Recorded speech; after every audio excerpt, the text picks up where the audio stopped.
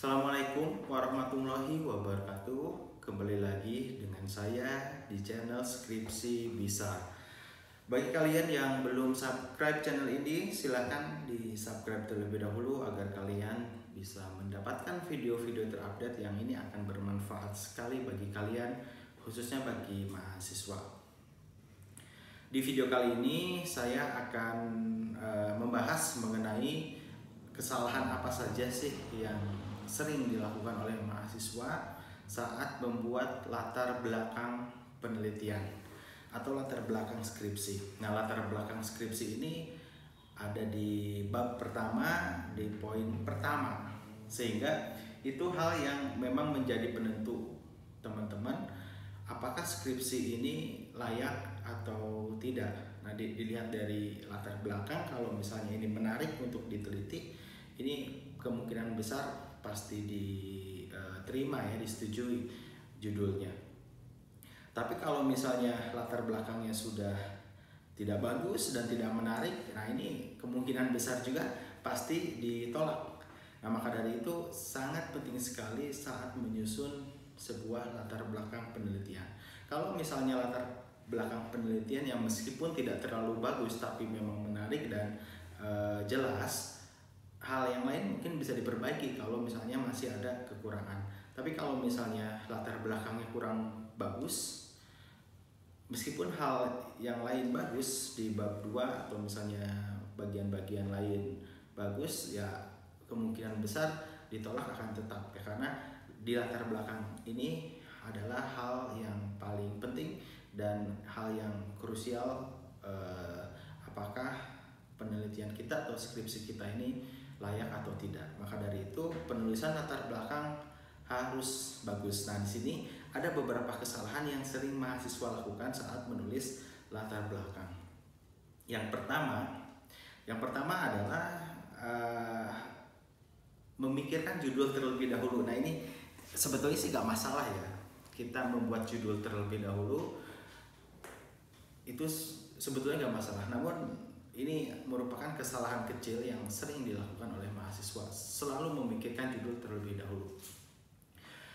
Ketika kita memikirkan judul terlebih dahulu, tentu kita harus mencari masalah terkait itu.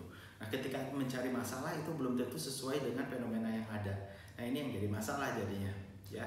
Maka dari itu hal yang terbaik adalah melakukan pendekatan sesuai dengan masalah atau fenomena yang terjadi. Sehingga mahasiswa diharuskan untuk melakukan pengamatan gejala-gejala yang terjadi di sekitar kita terkait topik yang akan diteliti.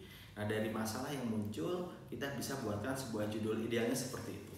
Nah, namun kebanyakan mahasiswa saat ini memikirkan judul terlebih dahulu, sehingga banyak sekali mahasiswa yang mengajukan judul ditolak, karena hanya sekedar merangkai kata untuk judul, bukan memikirkan bagaimana apakah ada masalah atau tidak yang layak untuk diteliti dan dijadikan judul.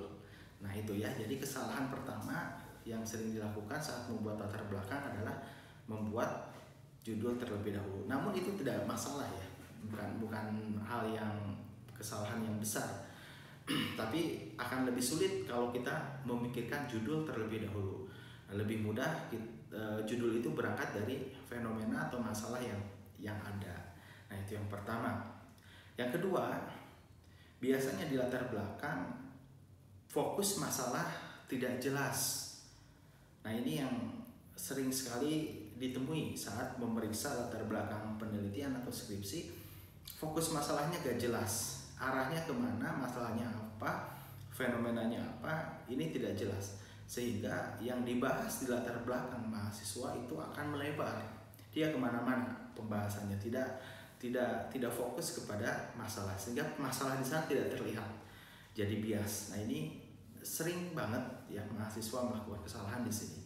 Mungkin rata-rata saat mahasiswa membuat atau menyusun latar belakang pertama kali akan seperti itu ya, akan seperti itu. Namun di sini saya kasih tahu, upayakan dalam latar belakang itu harus fokus kepada masalah dan masalah itu terlihat jelas dan tidak bias. Nah, untuk itu teman-teman harus sering membaca ya, membaca atau melihat contoh-contoh skripsi yang sudah jadi, bagaimana latar belakang itu bergerak, susunan latar belakang itu seperti apa, sehingga masalahnya terlihat jelas. Itu yang kedua. Yang ketiga adalah kesalahan yang sering dilakukan oleh mahasiswa saat menyusun latar belakang, mengabaikan data atau observasi awal yang kita jadikan fakta atau data yang memperkuat satu masalah atau fenomena yang terjadi. Nah, ini biasanya mahasiswa saat menyusun latar belakang itu miskin sekali dengan data, ya, data yang menunjukkan bahwa itu terjadi masalah, sehingga di sana akan muncul asumsi-asumsi subjektif atau asumsi-asumsi pribadi, pandangan pribadi atas masalah. Nah, itu yang sering dilakukan mahasiswa di latar belakang. Padahal penelitian itu harus objektif. Ketika memang kita mengatakan ada masalah di sana, kita harus bisa menunjukkan apa yang menjadikan itu masalah melalui data atau fakta yang terjadi. Nah, kebanyakan mahasiswa membangun satu asumsi yang subjektif, merangkai kalimat-kalimat yang subjektif yang memang seolah-olah itu masalah, tapi belum tentu itu jadi masalah karena tidak adanya data. Nah, mahasiswa kadang miskin data di dalam pembahasan latar belakang. Nah, lalu kesalahan berikutnya yang sering dilakukan oleh mahasiswa saat pembuatan latar belakang adalah tidak bergerak dari umum ke khusus, ya, karena di dalam latar belakang itu akan bergerak dari umum ke khusus pembahasannya, mengkerucut sampai ke masalahnya. Nah, mahasiswa di sana kadang melebar kemana-mana, ya, kadang bahas umum, hal yang umum, mengkerucut, bahas umum lagi, atau bahkan umum terus sampai tidak mengkerucut gitu ya. Nah, ini kebanyakan seperti itu. Maka dari itu hal yang terbaik yang harus dilakukan mahasiswa adalah membuat satu pointer-pointer atau kata kunci setiap paragraf yang memang nanti kita akan jadikan atau kita kembangkan menjadi sebuah kalimat dan paragraf, ya.